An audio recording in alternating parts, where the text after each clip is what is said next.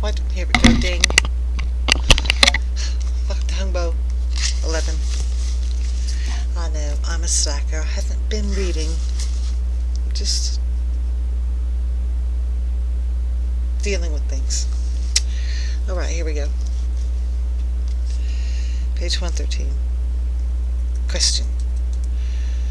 Pray, instruct me concerning the passage in the sutras denying the existence of the sword of thusness in the royal treasury. Answer. The royal treasury is the nature of the void. Though all the vast world systems of the universe are contained therein, none of them have existence outside your mind. Another name for it is the bodhisattva treasury of the great void. If you speak of it as existing or not existing, or as neither the one nor the other, in every case it becomes a mere ram's horn. It is a ram's horn in the sense that you have made it an object of your useless search. Question. But is there not a sword of truth within the royal treasury? Answer. Another ram's horn. Question. Yet, if there is no sword of truth, why is it written, "The prince seized the sword of truth from the royal treasury and set out upon his conquests"? Why do you tell us nothing of it beyond denying its objective existence? Answer.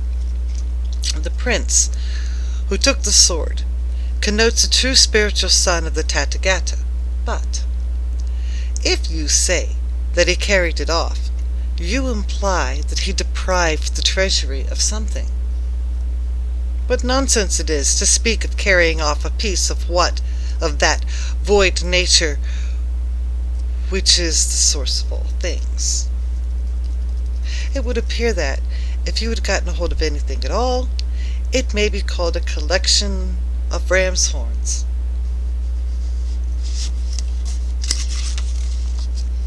Question. When Kassapa received the seal of Buddhahood from Gautama Buddha, he did make use of words during his further instruction Did he make use of words during its further transmission? Yes. Then, since he attempted his transmission in words, even he should be included among people with ram's horns. Kassapa attained a direct self-realization of original mind, so he is not one of those with horns. Whosoever obtains this direct realization of the Tathagata mind, thereby understanding the true identity of the Tathagata and perceiving his real appearance and real form, can speak to others with the authority of the Buddha's true spiritual son. But Ananda, though he served his master for 20 years, was unable to perceive more than his outward appearance and form, and was therefore admonished by the Buddha in these words. Those who concentrate entirely upon helping the world cannot escape from among the horned ones. Question. What is the meaning of the passage? Manjushri stood before Gautama with a drawn sword. Answer. The 500 bodhisattvas attained knowledge of their previous lives and discovered how their previous karma had been constructed. This is a fable in which the 500 really refers to your 5 senses. On account of their knowledge of their previous karma, they sought the Buddha, bodhisattvahood, and nirvana objectively. They sought Buddha, bodhisattvahood, and nirvana objectively. It was for this reason that Manjuri took up the sword of Bodhi and used it to destroy the concept of a tangible Buddha. And it is for this that he is known as the destroyer of human virtues. What does the sword really signify? Question. Answer. it signifies the apprehension of mind. Question.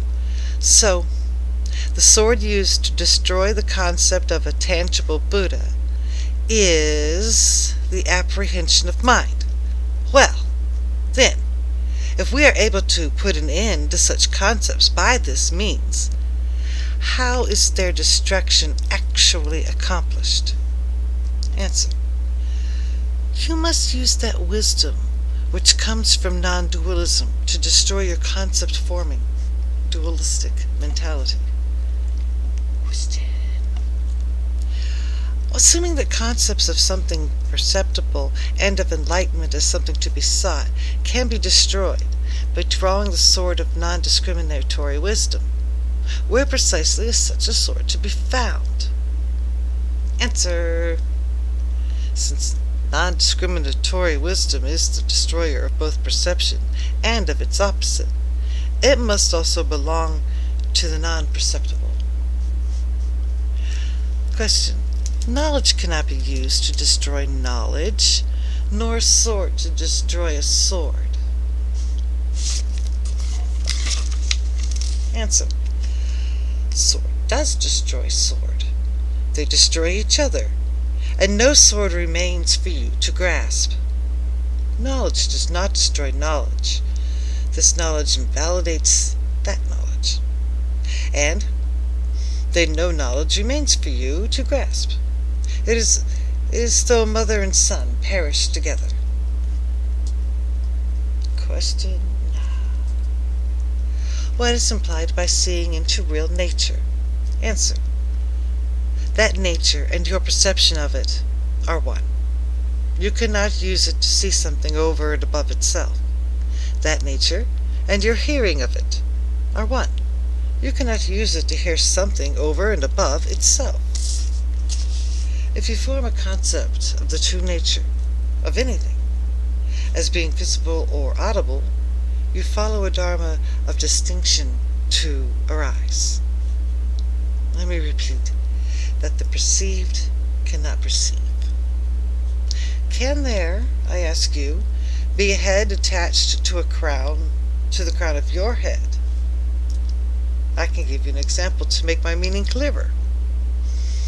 Imagine some loose pearls in a bowl, some large globules, some small, each one completely unaware of the others, and none causes the least obstruction to the rest. Okay. During their formation, they did not say, "Now I am coming into being." And when they begin to decay, they will not say, "Now I am decaying." None of the beings born into the 6 forms of life through the 4 kinds of birth are exceptions to this rule. Buddhas and sentient creatures have no mutual perception of each other. The 4 grades of Theravedian adepts who are able to enter nirvana do not perceive, nor are perceived by nirvana. Those Theravedians who have reached the 3 stages of holiness and who possess the 10 excellent characteristics neither perceive nor are perceived by enlightenment. So it is with everything else, down to the river and water, or earth and sky. These parts of elements have no mutual perception of each other. Sentient beings do not enter the Dharmadhatu, nor do the Buddhas issue from it. There is no coming and going within Dharmadhatu, or anything perceptible. This being so, why this talk of I see, I hear, I perceive the intuition through enlightenment, I hear the Dharma from the lips of the enlightened one, or of Buddhas appearing in the world to preach the Dharma? Katyayana was rebuked by Bilbakiltri for using that transitory mentality which belongs to the inferior state to transmit the doctrine of the existence of matter. I assure you that all things have been free from bondage since the very beginning. So why attempt to explain them? Why attempt to purify what has never been defiled? Therefore it is written, the absolute is thusness. How could it be discussed? You people still conceive of mind as existing or not existing, as pure or defiled, as something to be studied in a way that one studies a piece of categorical knowledge, or as a concept. Any of these definitions is sufficient to throw you back into the endless round of birth and death. The man who perceives things always wants to identify them, to get a hold on them. Those who use their minds like eyes in this way are sure to suppose that progress is a matter of stages. If you were that kind of person, you were as far from truth as the earth is from heaven. Why this talk of seeing into your nature? Question. You say that our original nature and the act of seeing into it are one and the same. This can only be so if that nature is totally undifferentiated. Undifferentiated. Pray, explain how it is that. How is that? Even allowing that there are no real objects for us to perceive, nevertheless, we do in fact see what is near to us and are unable to see that which is far away. Answer. This is due to a misunderstanding arising from your delusions. You cannot argue that the universal nature does in fact contain real objects on the grounds that no real objects to be perceived would only be true if there were nothing of the kind we call perceptible. What the fuck? Huang-Po, you make my brain yellow. You make my brain go too much. Okay. Woo! He's a crazy guy. Huang-Po, you make my mind go into jello. Oh, yes, you do. Alright. Okay. The nature of the absolute is neither perceptible nor imperceptible, and with phenomenon it is just the same. But to one who has discovered his real nature, how can there be anywhere or anything separate from it? Thus, the 6 forms of life arising from the 4 kinds of birth, together with the great world systems of the universe, with their rivers and mountains, are all one pure substance with our own nature.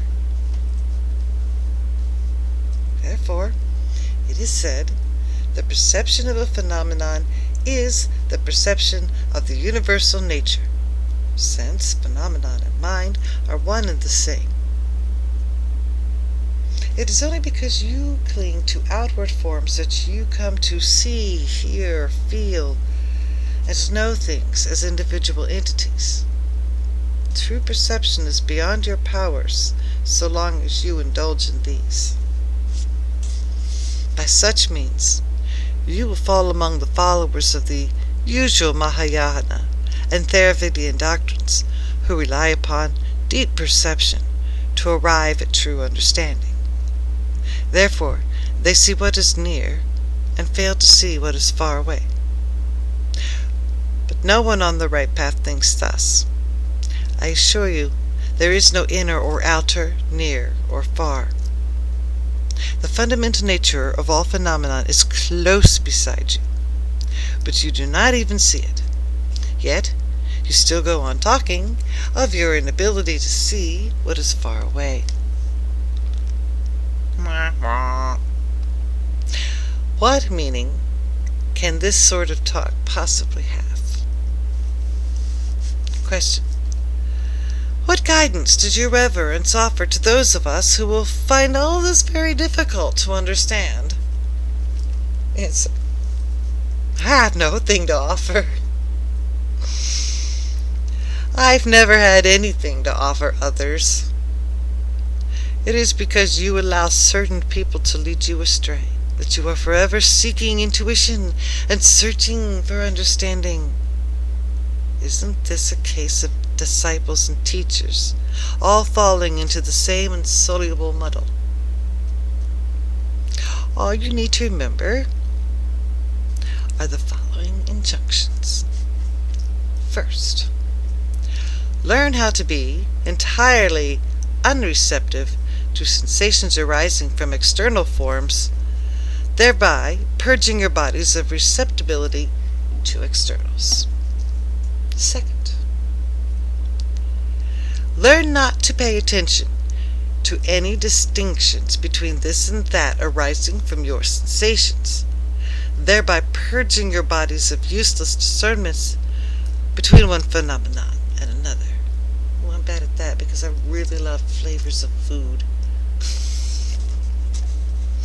Third, take great care to avoid discriminating in terms of pleasant and unpleasant sensations, thereby purging your bodies of vain discriminations.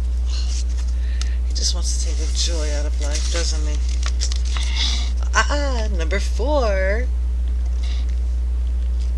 Avoid pondering things in your mind, thereby purging your bodies of discriminatory cognition. A single moment's dualistic thought is sufficient to drag you back into the 12-fold chain of causation. It is an ignorance which turns the wheel of causation, thereby causing an endless chain of karmatic causes and results. This is the law which governs our whole lives up to the time of senility and death. I guess we should pray for senility so we can all die sinless. Oh, I'm not supposed to do this many outtakes. In this connection, we are told that Sudhana, after vainly seeking Bodhi in 110 places within the 12-fold causal sphere, at last encountered Maitreya, who sent him to Manjari. And Manjari here represents your primordial ignorance of reality.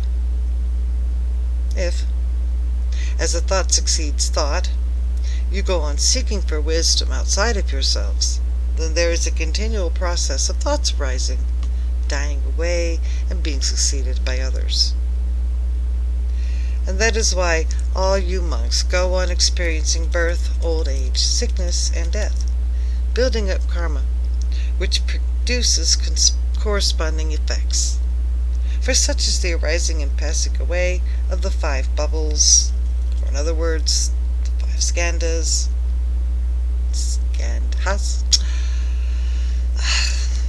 Could you but restrain each single thought from arising, then would the 18 sense realms be made to vanish.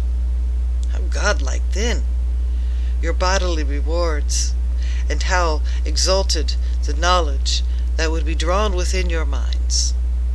A mind like that could be called the terrace of the spirit.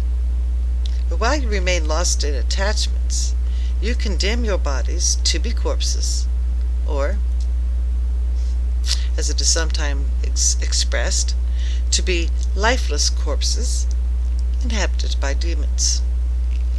Is this one long? Well, we are reaching our 20-minute mark. Just 45. Mark it. Mark it. All right. We'll be back when I'm back. I love you all.